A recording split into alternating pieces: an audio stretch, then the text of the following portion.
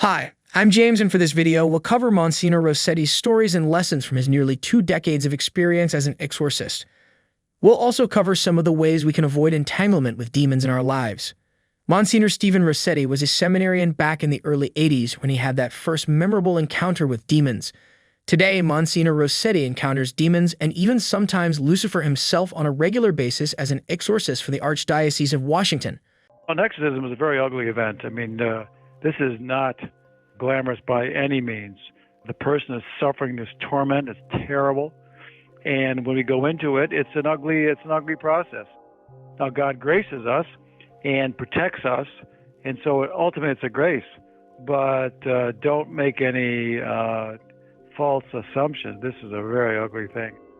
Monsignor Rossetti was the chief exorcist for the Archdiocese of Washington for about a dozen years. Today, he's one of a team of 3 exorcists working for the Archdiocese, and he's also a research associate professor at the Catholic University of America in Washington. He leads the Washington-based St. Michael Center for Spiritual Renewal, and he's also a licensed psychologist. It was actually Monsignor Rossetti's background in psychology that first got him connected with the exorcism ministry in his archdiocese. He said his bishop at the time asked him to review a case as a licensed psychologist. So I did the initial psych workup.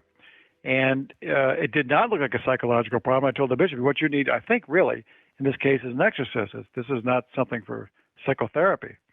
And so he asked 3 priests to do it, and they all said no. So I'm sitting down with the bishop. The bishop, we said, what are you going to do? I said, well, yeah, what the heck? I said, give it to me. How hard can it be? So it's kind of dumb. Before we get too deep into Monsignor Rossetti's story, it might be good to talk a little bit about what exactly an exorcism is and the role of exorcisms in the life of the church. You've probably seen many movies featuring exorcisms. For a start, exorcism is a form of prayer used to liberate a person from the influence of demons. A person can experience a range of demonic influence, with possession being the most intensive. As we know, the practice of exorcism is rooted in the ministry of Jesus. You can find several examples in Scripture of Jesus casting out demons, and Jesus passed his authority over demons to his apostles. Exorcism is a sacramental, not a sacrament, but it is included in preparation for some sacraments, including the sacrament of baptism. The Catholic Church has an official rite of exorcism that's available in Latin, English, and several other languages.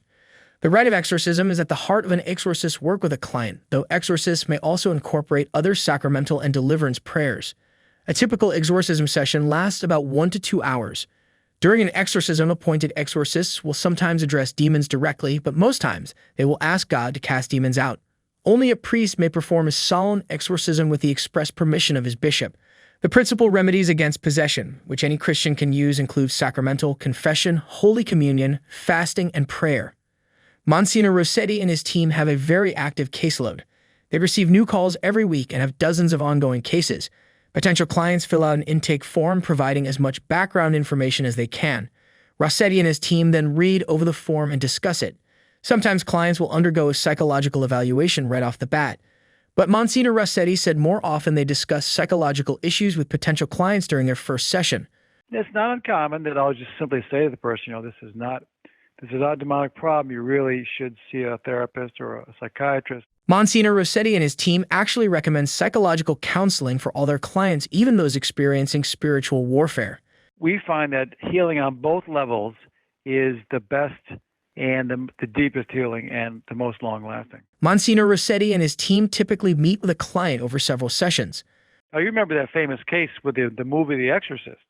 It was actually based on a real case of a 12-year-old who was using a Ouija board for months. He was possessed, and it took the team, months. So if someone's fully possessed, will take many months and sometimes, years. If someone has a lesser problem we call maybe oppression, then that could be dealt with much more quickly. So it depends on how deep and extensive the demonic infestation is. But when they're liberated, stay in touch with them. We have what's known as an aftercare program. So we want to make sure they stay on the straight and narrow, they continue to live a holy life. All Christians and arguably all humans experience the devil's temptations to some degree or another. But Monsignor Rossetti said the majority of Christians will go their entire lives without suffering the extraordinary actions of the devil, like possession. But I would not underestimate the percentage of people who are oppressed in some way. They might not be fully possessed, but they've got some extraordinary demonic activity in their lives which are strongly affecting them, which they may or not realize. And it's becoming more common today as people fall away from the faith and start practicing occult behaviors. Monsignor Rossetti has had several clients complain about a voice in their head hounding them. You're a terrible person. God doesn't care about you. You're going to go to hell, and there's no hope for you. And it seems like it's more than just a normal kind of neurotic thinking, you know. And so I've talked to some of these people. We go through it, and I say, well, you know, you need some psychological healing. There's some poor self-esteem issues. But, you know, the way you described it, and you've got some occult stuff in your background, let's pray a few times and see what happens. And sometimes you pray with them maybe 4, 5, 6, 7, 8 times, and it gets a lot better. He said many people harbor demons and don't even realize it. Maybe they don't know that their family history includes some occult behavior which provided an opening for demons at some point in the past. But Monsignor Rossetti said the demons make themselves known once a person makes changes in their lives that bring them closer to God, like conversion. Then the person converts, and all of a sudden, then the fight starts. The demons say, no, you belong to us. And then the fight begins. Monsignor Rossetti said exorcists across the United States are absolutely overwhelmed with cases. They say, what's wrong with that? They say, I'm a good witch, or what's wrong with the Ouija boards, or what's wrong with seances or tarot cards? I'll tell you what's wrong with it. You're not invoking God's authority or power.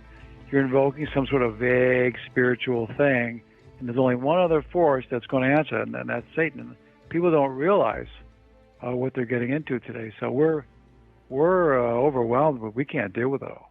Many times people will fall into occult practices for seemingly innocent reasons, like wanting to reconnect with loved ones who have passed. Monsignor Rossetti said it is harmless and even good to pray for and think about loved ones who have died.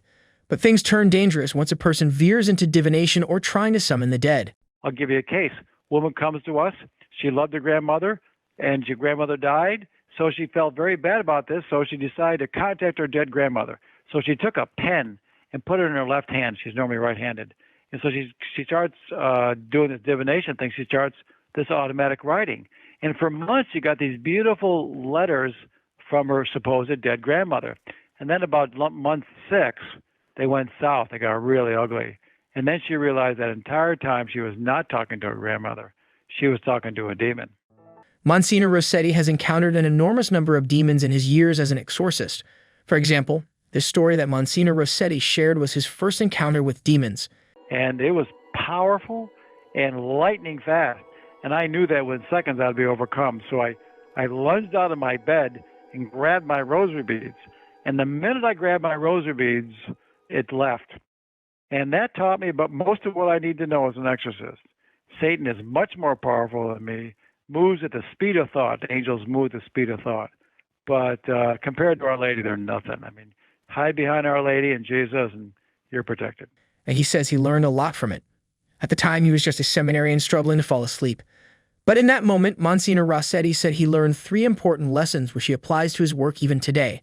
Satan is much more powerful than we are. He moves at the speed of thought, but he can't compare to the powerful protection of Jesus and the Blessed Virgin Mary. In some of his cases, Monsignor Rossetti exorcises minor demons from a client. In other cases, he finds himself face to face with more powerful demons and sometimes even Lucifer himself. Theologians tell us that angels are in a hierarchy. You know, more powerful angels or less so. Talk about the 9 choirs of angels that St. Thomas spoke about.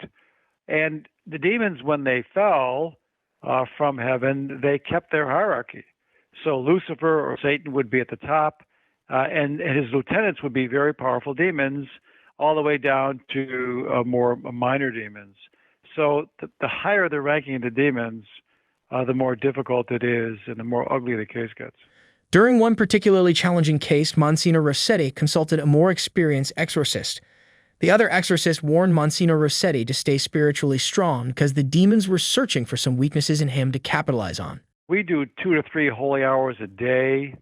We go to confession every week, and we're very careful to live a very as best we can to live a holy life, because demons will exploit any human weaknesses, and sadly, a few exorcists have fallen by the wayside in their vocation because of that. Because of that, Monsignor Rossetti also keeps a rosary on him always. I have a rosary on me 24/7. The only time it's not in my hand or my pocket's when I'm in the shower. You know, Our Lady is our great protectress, and she has been just a wonderful presence in our ministry. So we don't go anywhere without a connection to Our Lady. Finally, just as a reminder, I think this will be good for us all to remember. I'll give you 3 easy steps to getting possessed. I don't suggest you take them. Step 1, stop practicing the faith. As Ephesians 6 says to us, put on the armor of God, the armor of Christ, to protect you from the wiles of the devil. So the faith protects us. So go to church, go to confession. The confession is a powerful exorcistic. Stop practicing the faith. And number 2, start committing serious sins. We know what they are. That creates a vulnerability for Satan to enter. And then 3, give Satan an express ticket. Start practicing magic. I don't care if you even think it's good magic. It's not good magic. It's all comes under the Satan's power. So magic, Ouija boards, occult practices, New Age spiritualities, all those things. Whether you know it or not, you're inviting in the demonic. So when you do those things, sooner or later, you're going to find you got a problem. That's all for the video this time. Do you like videos like this? If you do, we can probably cover Father Vincent Lampert, Father Carlos Martins, and Father Chad Ripperger in future videos too. Anyway, thank you so much for being here with us. Hopefully you've learned a lot from all the videos we've made for you so far. If you'd like to support our works, there's a link to our PayPal donation down in the description box below. And for every contribution, as well as your continuous support, from the bottom of our hearts, thank you so much. See you guys in the next video. God bless you.